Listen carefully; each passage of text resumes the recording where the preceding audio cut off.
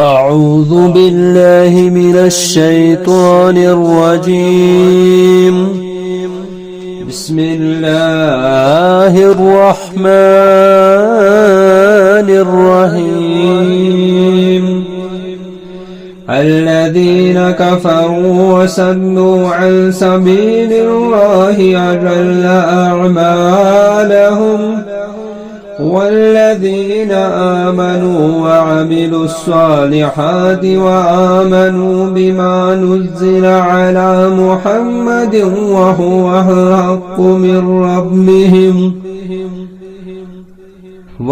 الحق من ربهم كفر عنهم سيئاتهم وأصلح بالهم ذلك بأن الذين كفروا اتبعوا الباطل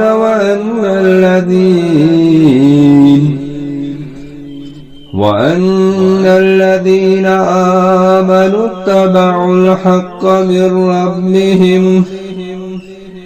كذلك يضرب الله للناس أمثالهم فإذا لقيتم الذين كفروا فضرب الرقاب حتى إذا أثخنتموهم فشدوا الوثاق فإما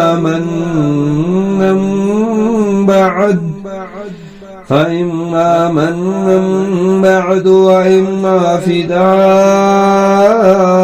حتى تضع الحرب أوزارها ذلك ولو يشاء الله لانتصر منهم ولكن ليبلو بعضكم ببعض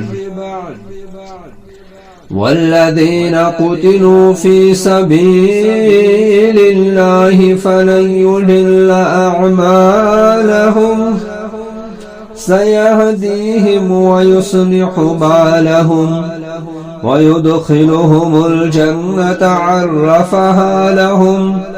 يا أيها الذين آمنوا إن تنصروا الله ينصركم ويثبت أقدامكم والذين كفروا فتعسا لهم وأضل أعمالهم ذلك بأنهم كرهوا ما أنزل الله فأحبط أعمالهم أفلم يسيروا في الأرض فينظروا كيف كان عاقبة الذين من قبلهم دمر الله عليهم وللكافرين أمثالها ذلك بأن الله مولى الذين آمنوا وأن الكافرين لا مولى لهم. जिन लोगों ने कुफर किया और दूसरों को अल्लाह की राह से रोका अल्लाह उनके नेक अमल जाया कर दे और जो लोग ईमान लाए और उन्होंने नेक अमल किए और वो इस कुरान पर भी ईमान लाए जो मोहम्मद सल्लल्लाहु अलैहि वसल्लम पर नाजिल किया गया और वो उनके रब की तरफ से हक है अल्लाह ने उनसे उनकी बुराइयां दूर कर दे और उनके हाल की इस्लाह कर दी। ये इसलिए कि बेशक जिन लोगों ने कुफर किया उन्होंने बातिल की पैरवी की और बिलाशुबा जो लोग ईमान लाए उन्होंने अपने रब की तरफ से हक की पैरवी की। अल्लाह इसी तरह लोगों के लिए उनकी मिसालें बयान करता है। चुनांचे जब तुम जहाद में उन लोगों से मिलो जिन्होंने कुफर किया तो उनकी गर्दनें उड़ा दो हत्ता कि जब तुम उन्हें खूब कत्ल कर चुको तो कैदियों को बेड़ियों में मजबूती से बांध दो फिर या तो उसके बाद उन पर एहसान करना या फिदिया तावान लेना हत्ता कि लड़ाई अपने हथियार डाल दे हुक्म यही है, और अगर अल्लाह चाहता तो खुद ही उनसे बदला ले लेता, लेकिन उसने तुम्हें हुक्म दिया है ताकि वो तुम्हें एक दूसरे से आजमाए। और जो लोग अल्लाह की राह में कत्ल शहीद किए गए तो अल्लाह उनके आमाल हरगिज़ जाया नहीं करेगा, वो जल्द उनकी रहनुमाई करेगा और उनके हाल की इस्लाह करेगा, और वो उन्हें उस जन्नत में दाखिल करेगा जिसकी उनको खूब पहचान करवा चुका है। ए ईमान वालों, अगर तुम अल्लाह के दीन की मदद करोगे तो वो तुम्हारी मदद करेगा और तुम्हारे कदम साबित रखेगा, और जिन लोगों ने कुफर किया तो उनके लिए हलाकत है और अल्लाह उनके अमाल जाया कर देगा। ये इसलिए कि बेशक उन्होंने उस चीज को नापसंद किया जो अल्लाह ने नाजिल की, फिर उसने भी उनके नेक अमाल जाया कर दिए। क्या फिर उन्होंने जमीन में सैर नहीं की तो वो देखते कि उन लोगों का अंजाम कैसा हुआ जो उनसे पहले थे। अल्लाह ने उन पर तबाही डाल दी और काफिरों के लिए ऐसी ही सजाएं हैं। ये इसलिए कि बेशक अल्लाह उन लोगों का मददगार है जो ईमान लाए, और बेशक जो काफिर है उनका कोई मददगार नहीं। इन्नल्लाह युदखिलुल्लज़ीना आमनू व अमिलुस्सालिहाति जन्नातिन तजरी मिन तहतिहल अन्हार वल्लज़ीना कफरू यतमत्तऊन व याकुलून कमा तअकुलुल अनआम वन्नारु मस्वन लहुम वकअय्यिम मिन क़र्यतिन हिय अशद्दु क़ुव्वतन मिन क़र्यतिका अल्लती अख़रजतक अहलकनाहुम फला नासिर लहुम अफमन कान अला बय्यिनतिन मिन रब्बिही कमन ज़ुय्यिन लहू सूअु अमलिही वत्तबअू अहवाअहुम मसलुल जन्नतिल्लती वुइदल मुत्तक़ून फीहा अन्हारुम मिन माइन गैरि आसिन व अन्हारुम मिन लबनिन लम यतगय्यर तअमुहु व अन्हारुम मिन खमरिन लज़्ज़तन लिश्शारिबीन وأنهار من خمر لذة للشاربين وأنهار من عسل مصفى ولهم فيها من كل الثمرات ومغفرة من ربكم كمن هو خالد في النار وسقوا ماء حميما فقطع أمعاءهم ومنهم من يستمع إليك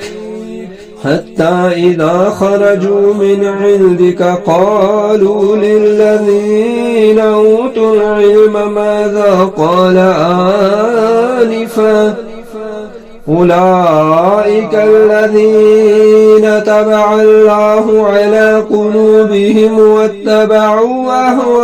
أهواءهم والذين اهتدوا زادهم هدى وآتاهم تقواهم فهل ينظرون إلا الساعة أن تأتيهم بغتة فقد جاء أشراطها فأنى لهم إذا جاءتهم ذكراهم فاعلم أنه لا إله إلا الله واستغفر لذنبك وللمؤمنين والمؤمنات والله يعلم متقلبكم ومثواكم।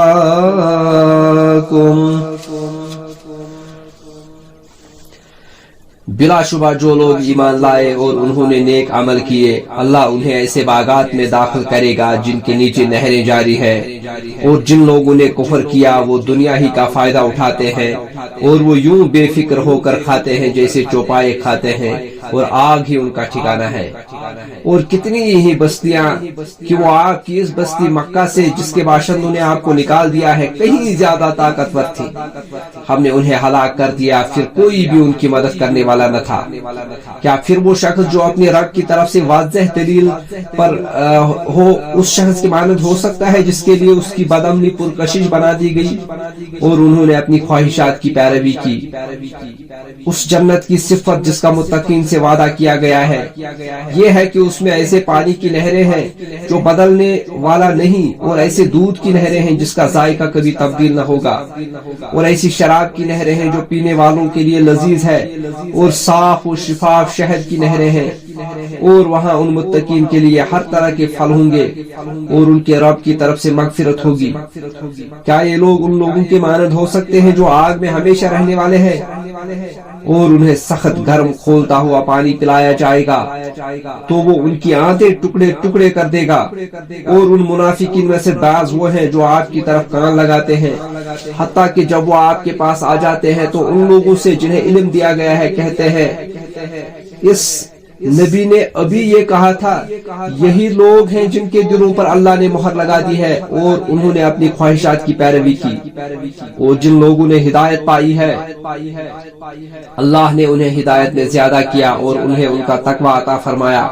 چنانچہ یہ لوگ تو بس قیامت کے ہی منتظر ہیں کہ وہ ان کے پاس اچانک آ جائے، یقیناً اس کی نشانیاں آ چکی ہے، تو جب قیامت ان کے پاس آ پہنچے گی تو ان کے لیے کہاں ہوگا نصیحت حاصل کرنا؟ پس اے نبی صلی اللہ علیہ وسلم آپ جان لیجئے کہ بلا شبہ اللہ کے سوا کوئی سچا معبود نہیں، اور اپنے گناہ کی بخشش مانگیے، اور مومن مردوں اور عورتوں کے لیے بھی اللہ سے تمہارے چلنے پھرنے اور بسیرا کرنے کو، اور مومن مردوں اور عورتوں کے لیے بھی، اور اللہ تمہارے چلنے پھرنے اور بسیرا کرنے کو جانتا ہے۔ وَيَقُولُ الَّذِينَ آمَنُوا لَوْلَا نُزِّلَتْ سُورَةٌ فَإِذَا أُنزِلَتْ سُورَةٌ مُحْكَمَةٌ وذكر فيها القتال رأيت الذين في قلوبهم مرض ينظرون إليك نظر المغشي عليه من الموت فأولى لهم طاعة وقول معروف فإذا عزم الأمر فلو صدقوا الله لكان خيرا لهم فهل عسيتم إن توليتم أن تفسدوا في الأرض وتقطعوا أرحامكم أولئك الذين لعنهم الله فأصمهم وأعمى أبصارهم أفلا يتدبرون القرآن أم على قلوب أقفالها إن الذين ارتدوا على أدبارهم من بعد ما تبين لهم الهدى الشيطان سول لهم وأملى لهم ذلك بأنهم قالوا للذين كرهوا ما نزل الله سنطيعكم في بعض الأمر والله يعلم إسرارهم فكيف إذا توفتهم الملائكة يضربون وجوههم وأدبارهم ذلك بأنهم اتبعوا ما أسخط الله وكرهوا رضوانه فأحبط أعمالهم۔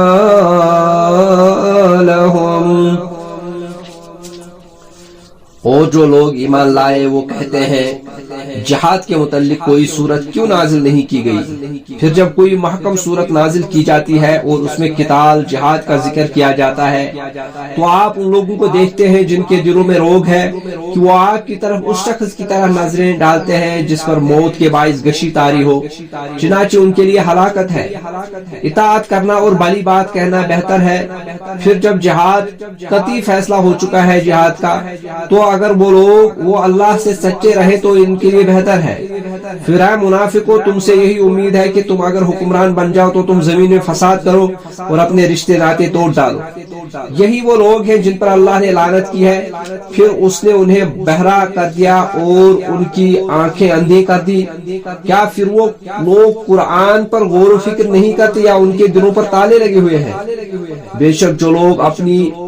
पीठ पीछे पलट गए हैं उसके बाद कि उन पर हिदायत जाहिर हो गई है, शैतान ने उनके लिए उनके अमल पुरकशी बना दिए और अल्लाह ने उन्हें ढील दे दी है। ये इसलिए कि बेशक उन्होंने लोगों यहूद से जिन्होंने इस चीज कुरान को नापसंद किया जो अल्लाह ने नाजिल की,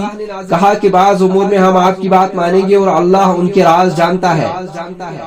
फिर क्या हाल होगा जब फरिश्ते उनकी रूहें कब्ज करेंगे, जबकि वो उनके चेहरों और उनकी पीठों पर मारते होंगे। ये मार इसलिए कि बेशक उन्होंने उस चीज की पैरवी की जिससे अल्लाह को नाराज कर दिया और उन्होंने अल्लाह की रजामंदी नापसंद की, लिहाजा अल्लाह ने उनके अमाल बर्बाद कर दिए। अम हसिबल्लज़ीन फी क़ुलूबिहिम मरदुन अन लन युख़रिजल्लाहु अज़ग़ानहुम वलौ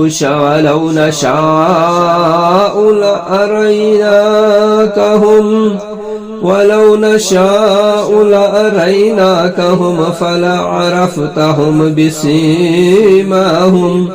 वलतअरिफ़न्नहुम फी लहनिल क़ौल वल्लाहु यअलमु अअमालकुम वलनबलुवन्नकुम हत्ता नअलमल मुजाहिदीन मिनकुम वस्साबिरीन वनबलुव अख़बारकुम इन्नल्लज़ीन कफ़रू वसद्दू अन सबीलिल्लाहि वशाक़्क़ुर रसूल मिन बअदि मा तबय्यन लहुमुल हुदा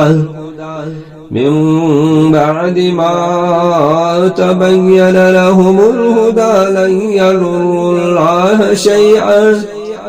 वसयुहबितु अअमालहुम या अय्युहल्लज़ीना आमनू अतीउल्लाह व अतीउर रसूल वला तुब्तिलू अअमालकुम इन्नल्लज़ीन कफ़रू वसद्दू अन सबीलिल्लाहि सुम्मा मातू वहुम कुफ़्फ़ारुन फलन यग़फ़िरल्लाहु लहुम फला तहिनू वतदऊ इलस्सल्म वअंतुमुल अअलौन वल्लाहु मअकुम वलन यतिरकुम अअमालकुम इन्नमल हयातुद दुनिया लइबुन व लहव व इन तु'मिनू व तत्तक़ू यु'तिकुम उजूरकुम व ला यसअलुकुम अमवालकुम इन यसअलकुमूहा फयुहफिकुम तबख़लू व युख़रिज अज़ग़ानकुम हा अंतुम हाउलाइ तुदअऊन लितुन्फ़िक़ू फ़ी सबीलिल्लाह फमिनकुम मन यबख़ल वमन यबख़ल फ़इन्नमा यबख़लु अन नफ़्सिहि वल्लाहुल गनिय्यु व अंतुमुल फ़ुक़रा वइन ततवल्लौ यस्तबदिल क़ौमन ग़यरकुम सुम्मा ला यकूनू अम्सालकुम। کیا ان لوگوں نے جن کے دلوں میں روگ ہے یہ سمجھ رکھا ہے کہ اللہ ان کے لیے ہرگز ظاہر نہیں، ان کے کینے ہرگز ظاہر نہیں کرے گا؟ اور اگر ہم چاہتے تو یقیناً آپ کو وہ منافق دکھا دیتے، پھر آپ انہیں ان کے چہروں کی علامتوں سے ضرور پہچان لیتے، اور یقیناً آپ انہیں گفتگو کے لہجے سے پہچان لیں گے۔ اور اللہ تمہارے اعمال جانتا ہے، اور ہم تمہیں ضرور آزمائیں گے، حتیٰ کہ تم میں سے مجاہدین کو اور صبر کرنے والوں کو معلوم کر لیں، اور ہم تمہارے معاملات حالات جانچ لیں۔ بے شک جن لوگوں نے کفر کیا اور دوسروں کو اللہ کی راہ سے روکا اور ان پر ہدایت واضح ہو جانے کے بعد رسول صلی اللہ علیہ وسلم کی مخالفت کی، اور اللہ کا کچھ بھی وہ بگاڑ نہیں سکیں گے، اور عنقریب وہ ان کے اعمال برباد کر دے گا۔ اے ایمان والو، تم اللہ کی اطاعت کرو اور رسول کی اطاعت کرو، اور اپنے عملوں کو باطل نہ کرو۔ بلا شبہ جن لوگوں نے کفر کیا اور دوسروں کو اللہ کی راہ سے روکا، پھر وہ اسی حالت میں کفر میں مر گئے، تو اللہ انہیں ہرگز نہیں بخشے گا۔ چنانچہ تم سستی نہ کرو اور تم صلاح کی طرف نہ بلاؤ، جبکہ تم ہی غالب ہو، اور اللہ تمہارے ساتھ ہے، اور وہ تم سے تمہارے عملوں کے ثواب کو ہرگز کم نہیں کرے گا۔ بس دنیاوی زندگی تو محض کھیل تماشا ہے، اور اگر تم ایمان لاؤ اور تقوی اختیار کرو تو اللہ تمہیں تمہارے اجر دے گا، اور وہ تم سے تمہارے تمام مال نہیں مانگے گا۔ اگر تم اللہ سے اس تمام مال کا سوال کرے، اگر اللہ تم سے اس تمام مال کا سوال کرے پھر وہ اس پر اصرار کرے تو تم بخل کرو گے، اور وہ تمہارے کینے باہر نکال کرے گا۔ سنو، تم تو وہ لوگ ہو کہ تمہیں دعوت دی جاتی ہے کہ تم اللہ کی راہ میں خرچ کرو، پھر تم میں سے بعض وہ ہے جو بخل کرتے ہیں، اور جو بخل کرتا ہے وہ تو بس اپنے ہی آپ کے لیے بخل کرتا ہے، اور اللہ بے نیاز ہے، اور تم محتاج ہو، اور اگر تم منہ موڑو گے